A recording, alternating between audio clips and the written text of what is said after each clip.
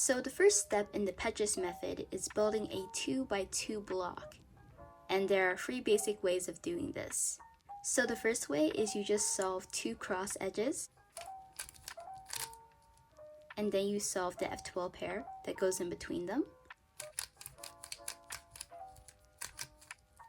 Like so.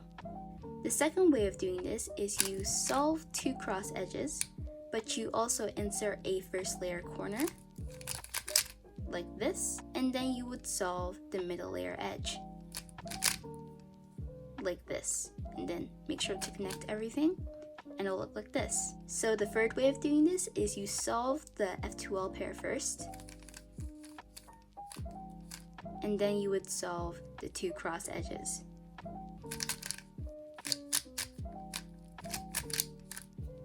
After solving your 2x2 block, you will now extend the block by solving a 1x2x2 block, and you will connect the 1x2x2 block with the 2x2 block, and that will form a 2x2x3 block.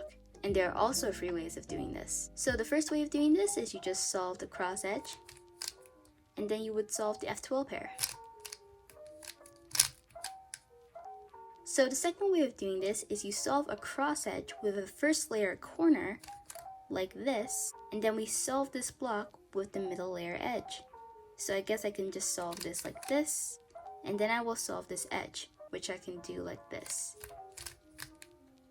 The third way of doing this is you just solve the F2L pair, and then you solve the cross edge. Now once you've solved your 2x2x3 block, you want to hold it in the back, and now we will begin edge orientation. So in edge orientation, in Petrus, we orient the edges for the left and right sides so that when we rotate, we will have the edges oriented for the front and back sides. So when we finish orienting all of our edges, we can only just do R and U-turns, which is really nice and really fast. So in Petrus, there are 4 steps to edge orientation. Step 1, identify your left and right centers. My left center is the red center, and my right center is the orange center. Step 2, identify your key stickers. Key stickers are the stickers on the cube that will tell you if that whole edge is good or bad. In Petrus, our key stickers are these 4 on the top, these 2 on the sides, and this one on the bottom. Step 3, identify if the edges are good or bad. There are 2 types of edges. The first type of edge is an edge that has a UD color on it. In my case, that would be a white or yellow edge. The second type of edge is an edge that doesn't have a UD color on it. In my case, that would be any edge that doesn't have white or yellow on it, like this one and this one. So how to figure out if an edge is bad or good? If it's a UD edge, so an up or down edge, but on the key sticker, it shows a color that isn't an up or down color, so green, orange, red, blue, then that edge is bad. If it's an edge that has a UD color on it, for example, yellow, and on the key sticker it shows a UD color, then that edge is good. For neutral edges or edges that don't have a UD color on it, for example, orange-green or red-green, if a front or back color shows on the key sticker, which is any of these 4 on top, these 2 on the sides, and this one on the bottom, then that edge is bad. So this orange-green edge is bad because it shows a front or back color, and it shows green, which is on the front, on the key sticker, which makes it bad. If a left or right color shows on the key sticker, then that edge is good. So for example, this is the same edge that we looked at before, and the key sticker for the edges in the middle layer are on the sides, and as you can see, it shows a left or right color on the key sticker, which makes it good. So here's an example of me identifying the good and bad edges. So my left and right colors are red and orange, and with that information we can get started.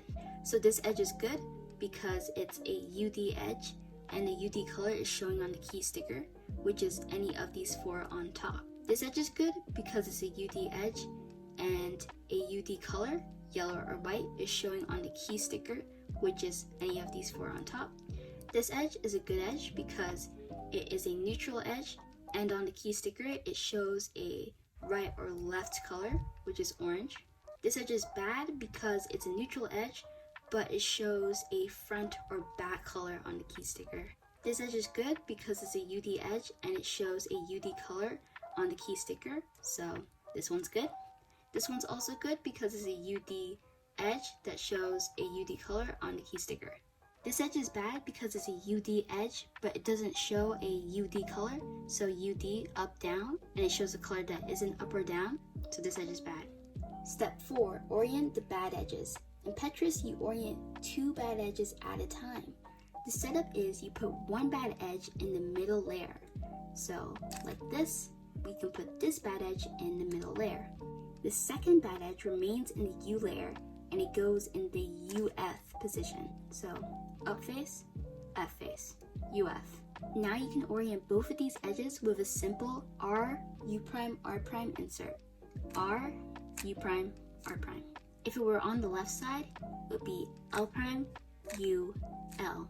So let's say you want to insert the first bad edge into the middle layer, and you just can't do a normal insertion because the edge that was in this slot before, white-green, that was once oriented correctly, is now misoriented. It's a bad edge. Instead of doing that, you can just insert this edge with F moves. F prime, U, F. And not only does that preserve the orientation of the edge, but it also keeps this one bad as well, so you can just do your normal swapping algorithm. So here's an example of fixing bad edges. I've already identified them, these 2 here and these 2 here. So this one's already in the middle layer, so I just put this one in the UF position, and then I do a simple R, U prime, R prime. Now in Petrus, F moves don't affect the edge orientation, so that's completely fine. Only R moves affect the edge orientation. So put this edge in the UF position and do another insert. And now all the edges are oriented. Now that all of your edges are oriented, you can now rotate the cube and you can solve your 1x2x3 block, or just the rest of your first 2 layers, with only R and U moves. That's really insane, and it's really fast. So for example, I could just put this edge down here, solve this pair really easily, and then solve this pair really easily with only R and U moves. Step 5, now you can solve your last layer with any method you want. You can use OCLL plus PLL, COLL plus EPLL, and even ZBLL. So I'm just going to do OCLL here. And it looks like we have a JA perm. Shout out to Just a Regular Human Being for the Petrus tutorial. They suggested it, and I hope you guys enjoyed this video. If you did, please make sure to like, subscribe for future videos, and I'll see you guys in the next method.